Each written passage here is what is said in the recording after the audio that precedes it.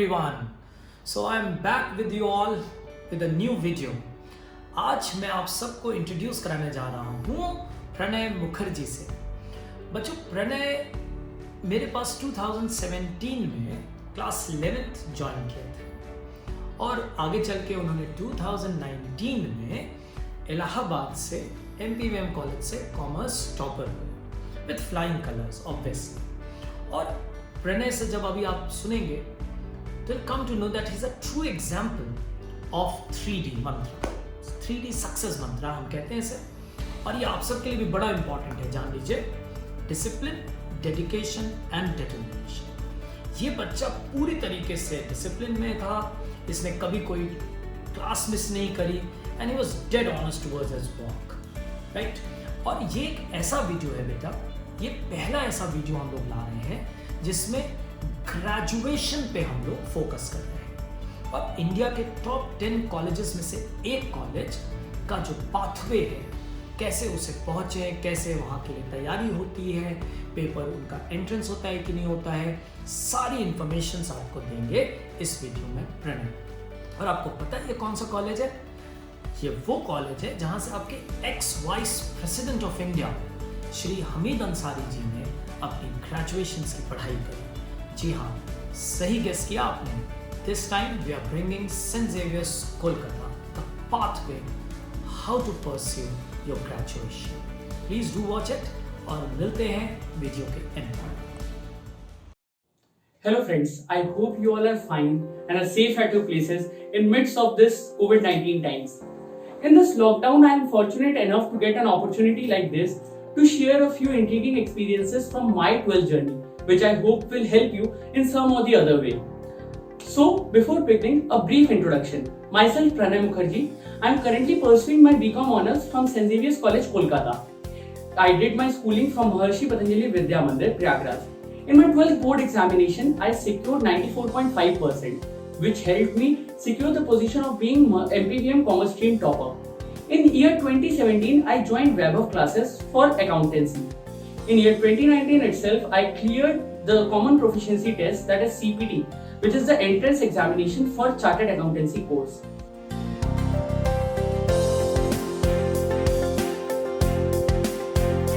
Starting with St. Xavier's College, Kolkata, as I am currently pursuing my BCom Honours from St. Xavier's College, Kolkata only. So, St. Xavier's College, Kolkata जो है उसको NIRF ranking 2020 में all India rank 7 मिला है। And back in year 2019 Saint Xavier's को NAC में 3.77 point मिला था, which is equivalent to A++ grade. तो लास्ट ईयर इसका रैंकिंग 10 था ऑल इंडिया में, इस साल 7 हुआ है। यहाँ पे आपका बेसिकली एडमिशन जो है वो कट ऑफ बेसिस पे होता है। यहाँ पे 2 मेरिट लिस्ट आपका वो किया जाता है, सरफेस किया जाता है, जिसके बेसिस पे 2 बैच बनता है। First one is the morning batch and second is the evening batch. यहाँ पे जो कट ऑफ होता है उसका जो पैरामीटर है it is slightly different from other colleges. यहाँ पे आपका जो 4 सब्जेक्ट जो बेस्ट ऑफ 4 के बेसिस पे कट ऑफ बनाया जाता है, but the thing is best of 4 में आपका इंग्लिश का मार्क्स एंड मैथ्स का मार्क्स, ये दोनों कंपलसरी मार्क्स है। उसको छोड़ के आप कोई भी 2 सब्जेक्ट को उसमें इंक्लूड करवा सकते हैं। But in other colleges like in case of DU आपका इंग्लिश इज मैंडेटरी, उसके साथ इंग्लिश प्लस NE3। अगर आप किसी और स्ट्रीम से हैं तो वहां पे कुछ परसेंटेज का डिडक्शन डेफिनेटली है, बट अगर आप कॉमर्स स्ट्रीम से हैं तो just English plus 3। But in case of Saint Xavier's college it is English plus maths plus NE2 subject. Then other than Saint Xavier's college जो दूसरे प्रीमियर कॉलेजेस हैं जहां पे आप बीकॉम के लिए एस्पायर कर सकते हैं, दैट इज डेफिनेटली DU में आपका नॉर्थ कैंपस में दिल्ली यूनिवर्सिटी में आपको काफी सारे प्रीमियर कॉलेजेस हैं, जैसे कि Shri Ram college of commerce, then Hindu college, Hansraj. तो ये सारे प्रीमियर कॉलेजेस हैं in case of north campus Delhi university. Even in south campus Venkateswara college and other colleges are there. अगर आप बॉम्बे की तरफ आप अगर एम कर रहे हैं तो वहां पे आपको सेंट जेवियर्स कॉलेज मुंबई, वो आपको बहुत अच्छा एक ऑप्शन मिलता है बीकॉम ऑनर्स के लिए। और अगर बैंगलोर में आप जाना चाहते हैं तो वहां पे क्राइस्ट यूनिवर्सिटी है। So these are basically a few good institutes where you can pursue your BCom honors post your board examinations. So with this, all the best for your board examinations.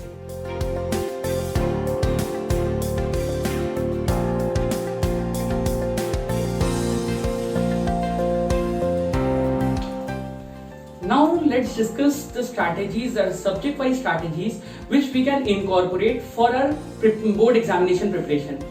So starting with accounts.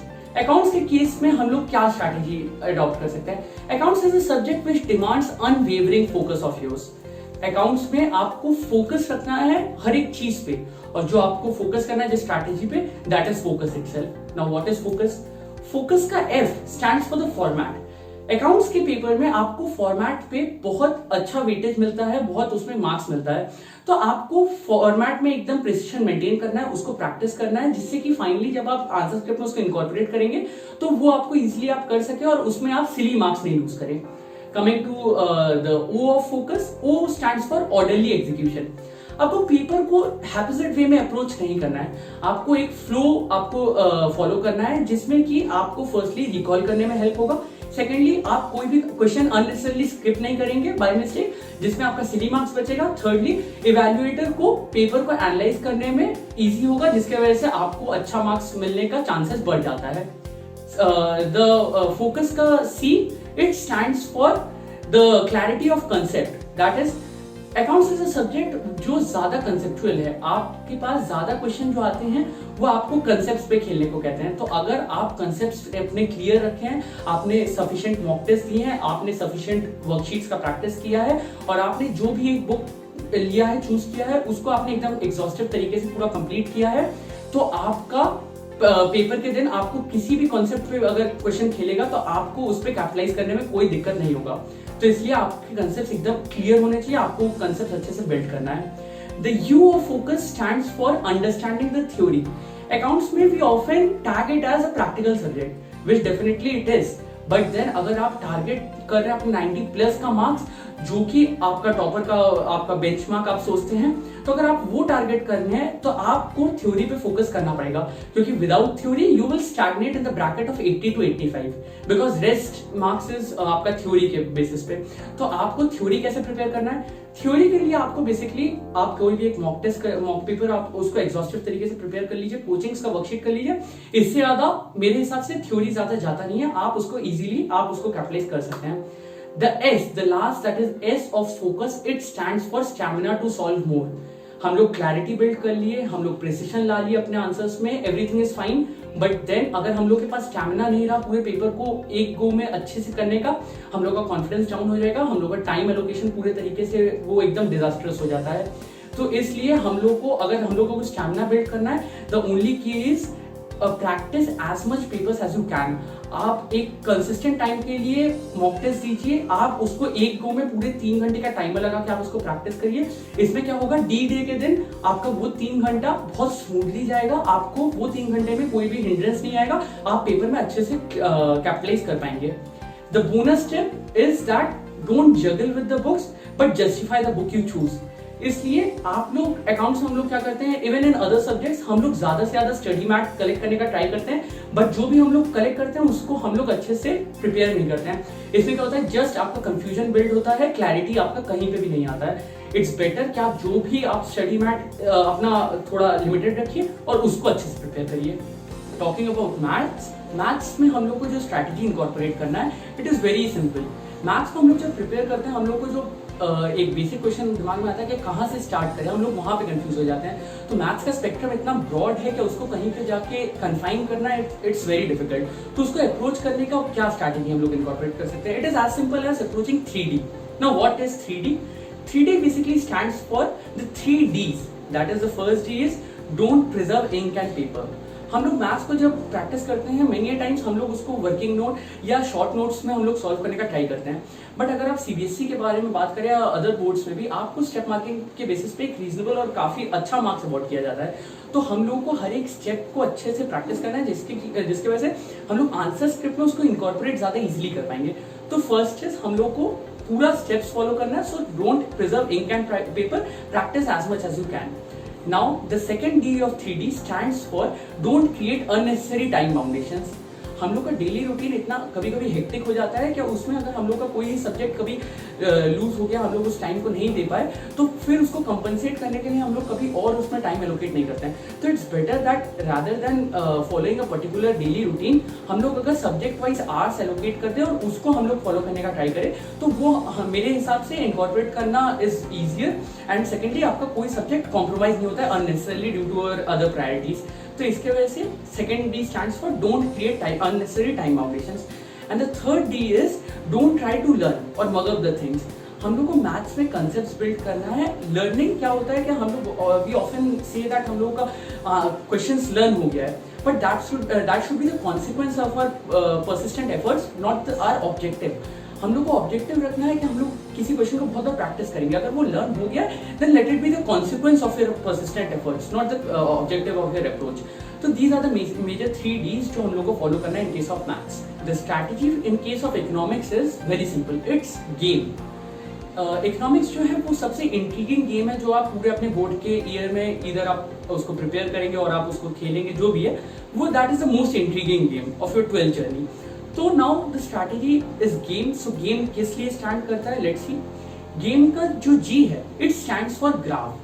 Graph में एक आपको reasonable weightage मिलता है paper में, तो आपको graphs को economics के केस में अपने आंसर स्क्रिप्ट में अच्छे से इंकॉर्पोरेट करना है। उसके लिए आप जब मॉक टेस्ट दे रहे हैं, आप जब कोचिंग्स का वर्कशीट कर रहे हैं, तब आपको अच्छे से प्रैक्टिस करना है। तो ग्राफ्स के ऊपर आपका मास्टरी बिल्ड करना है, it is of paramount importance. Then the A of game, it stands for accuracy. Accuracy of the numericals you are solving, accuracy of the data you are presenting, accuracy of the even the content which you are presenting। तो graphs का accuracy, इन सब में आपको accurate रहना है, क्योंकि इन case of numericals आपको अपने आंसर का वेटेज बहुत ज्यादा रहता है। जैसे कि मैथ्स में आपको स्टेप्स का वेटेज मिलता है, बट इकोनॉमिक्स के केस में आपको आंसर का वेटेज थोड़ा ज्यादा रहता है, इसलिए आपको एक्यूरेसी पे अपना फोकस करना है। देन ग्राफ्स आपका पूरे तरीके से एक्यूरेसी के बेसिस पे है। अगर आपको उधर थोड़ा भी आपका पैटर्न अगर चेंज हुआ तो आपका उधर मार्क्स लूज हो जाएगा, सिली मार्क्स लूज हो जाएगा, तो इसलिए आपको एक्यूरेट रहना है। Third is matrix. Matrix is a table which you present along with your graph.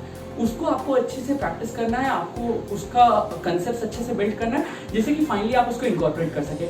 अगर आप किसी भी बड़े क्वेश्चन में ग्राफ्स को टेबल्स के साथ प्रेजेंट कर दे रहे हैं तो आपको एक रीजनेबल वेटेज मिल जाता है। Let's say 60% of the entire question जितना भी मार्क्स का है उसका आपको 60% आप वहीं पे स्कोर कर लेंगे।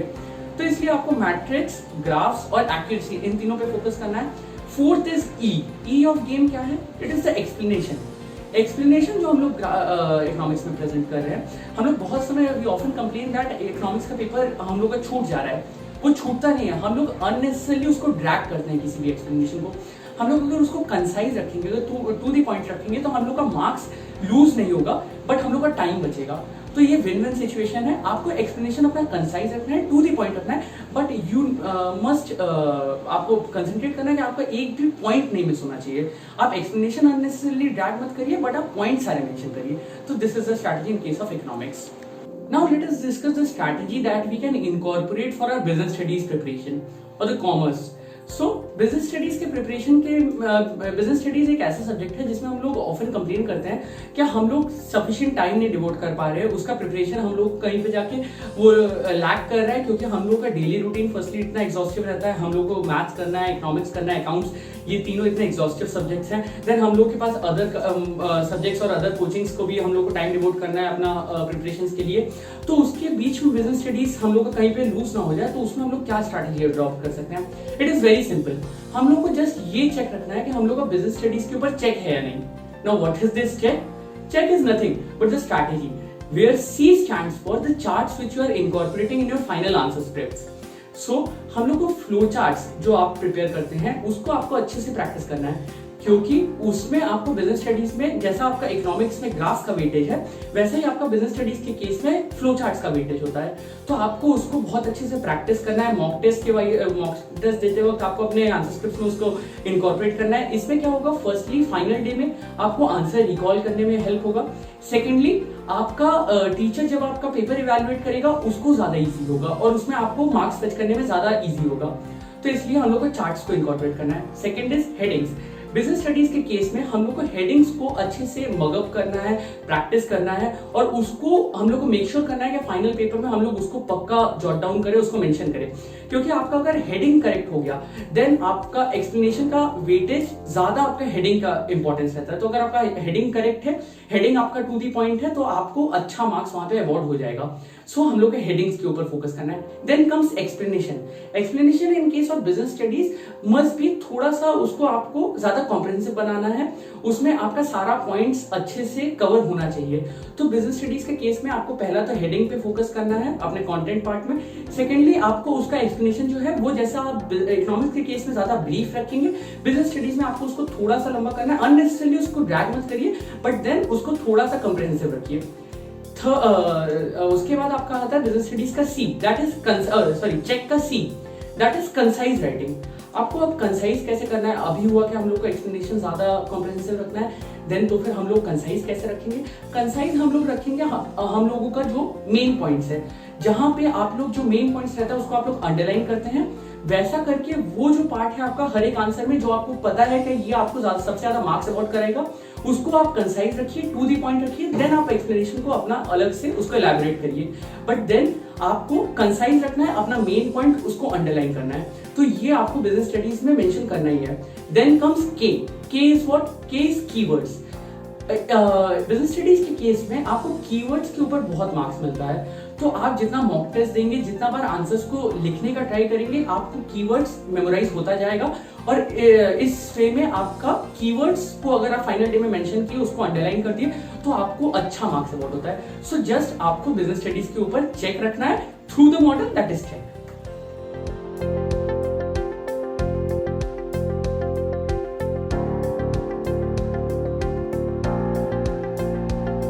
प्रॉब्लम क्या, हम लोग फैमिली एक्सपेक्टेशन या पीयर प्रेशर इन सबको कैसे फेस करें? तो इसको आप इस एक्सपेक्टेशन को आप अपने प्रेशर के ऊपर मत लीजिए। आप इसको अपने ऊपर ओवरबर्डन मत होने दीजिए। आप इसको अपना एक ड्राइविंग फोर्स या अपना एक मोटिवेशन के तौर पे लीजिए। नाउ कैसे लेंगे? ये तो ज्यादा ऑप्टिमिस्टिक वाला बात हो गया। नहीं, आप उसको इस हिसाब से लीजिए कि अगर आपको फैमिली एक्सपेक्ट कर रहा है आपका बोर्ड का मार्क्स, तो उसके साथ साथ वो आपको हर एक फ्रंट पे सपोर्ट कर रहा है। तो जब वो हर एक फ्रंट पे आपको सपोर्ट कर रहा है, तो जो उसका एक्सपेक्टेशन है, तब वो आपको एक मोटिवेशन लगेगा। और सेकेंडली, आप अगर अपना बेस्ट देंगे, तो आप देखेंगे कि आपका फैमिली आपको जो भी कॉन्सिक्वेंसेस होगा उसको फेस करने के लिए इक्वली रेडी रहेगा। आपका बोर्ड है, ये आपके लाइफ में मैटर करेगा। उनको डेफिनेटली आपसे एक्सपेक्टेशन है, उसको मोटिवेशन लीजिए। Secondly, coming to peer pressure is nothing, just आप अगर अननेसेसरी अपना फ्रेंड सर्कल बढ़ाएंगे, उन लोगों के पास ज्यादा इंडल्ज होंगे, तो आपको लगेगा कि एक सोशल प्रेशर हो रहा है। सबका फैमिली का एक्सपेक्टेशन आपका फैमिली का एक्सपेक्टेशन बन जाएगा, इसलिए वो नहीं होने देना है। कन्फाइन करिए अपना फ्रेंड सर्कल जो भी है, उसमें एक पॉजिटिव कंपटीशन रखिए, सब एक साथ मोटिवेटेड रहिए, सब अपने अंदर एक पॉजिटिव कंपटीशन रखेंगे, वो आपका एक ड्राइविंग फोर्स बन जाएगा और वो आपका एक 12th जर्नी को बहुत ज्यादा आपको एंगेजिंग बना देगा, बहुत इंटरेस्टिंग बना देगा। लास्टली, आप बिल्कुल भी डिमोटिवेट नहीं होंगे, आप पूरे थ्रू आउट आप मोटिवेटेड रहेंगे। सो दिस इज द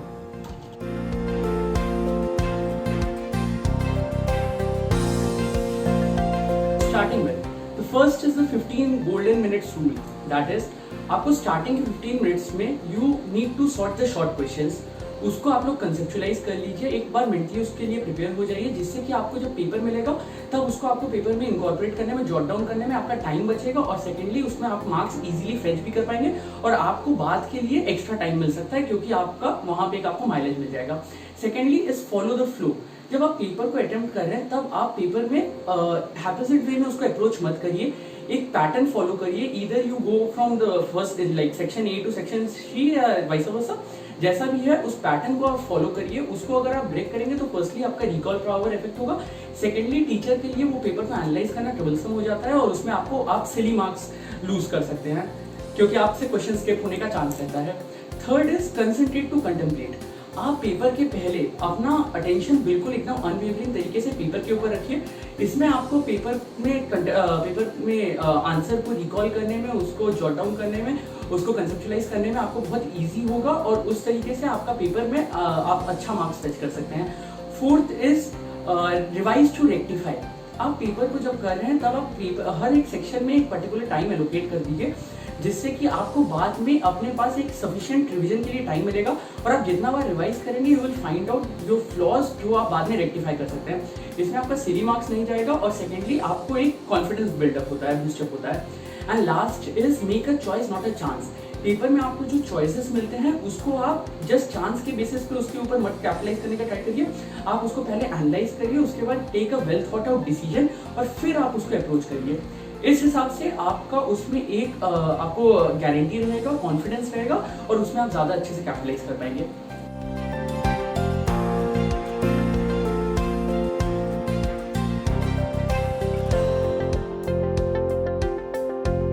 अभी के सिनेरियो में जो कि हम लोग का सारा स्कूल कॉलेज है, सब कुछ बंद है, कोचिंग बंद है, वहां पे बात हो रहा है क्या स्टूडेंट्स के ऊपर, जो बोर्ड एस्पिरेंट्स हैं उन लोगों के ऊपर एक प्रेशर आ जा रहा है, क्या वो लोग इस सिचुएशन के साथ कैसे डील करेंगे, उन लोग का रिदम नहीं ब्रेक होना चाहिए।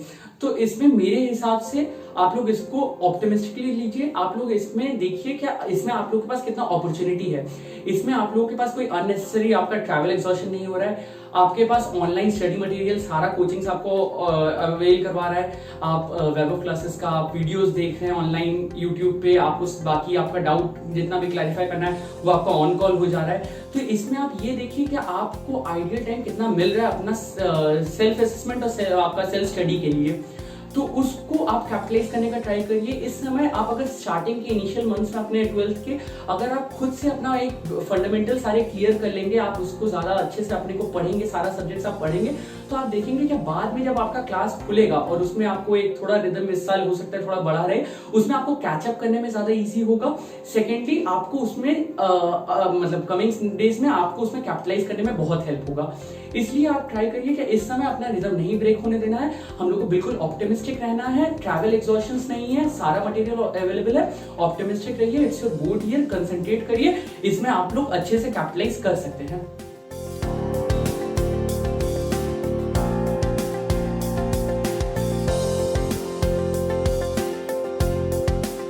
बोर्ड एस्पिरेंट्स के लिए बेसिकली आपका ये जो ईयर है वो आपको बहुत ज्यादा आपके ऊपर एक्सपेक्टेशंस रहता है, बट देन आपको ये एक्सपेक्टेशन अपने ऊपर ओवरबर्डन नहीं होने देना है। डेफिनेटली बोर्ड का जो रिजल्ट होगा, बोर्ड का जो आपका जो भी लास्ट में मार्क्स आएगा, वो डेफिनेटली आपका लाइफ लॉन्ग आप उसको कैरी करेंगे डिफरेंट फ्रंट्स पे, वो आपको हेल्प करेगा। बट देन इसको मोटिवेशन के तौर पे लीजिए। आप साल भर जितना भी एग्जाम्स देंगे, मॉक टेस्ट देंगे, अपना प्रीलिम्स देंगे, कॉलेज में मिडसेम्स देंगे, वो मिडसेम सॉरी आप अपना टर्मिनल्स देंगे, वो सारा पेपर आप अगर बोर्ड एग्जामिनेशन के साथ कंपेयर करेंगे वो आपका सिंपलर होगा। तो इट्स बेटर कि आप इन सब के लिए अच्छे से प्रिपेयर करिए।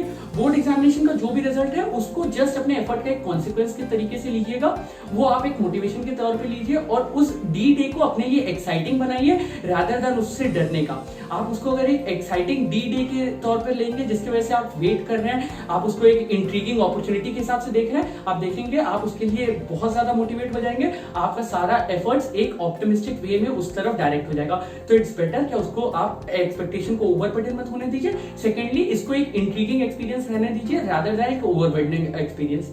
सो all the best for your board examinations. Welcome back बच्चों। आई होप प्रणय भैया ने जो बातें बताई आप सबको इन्फॉर्मेटिव लगी होंगी और ये बहुत इम्पॉर्टेंट भी है, क्योंकि अब हम लोग फोकस कर रहे हैं उन बच्चों के लिए जो 12th के बाद ग्रेजुएशन परस्यू करना चाहते हैं, है ना।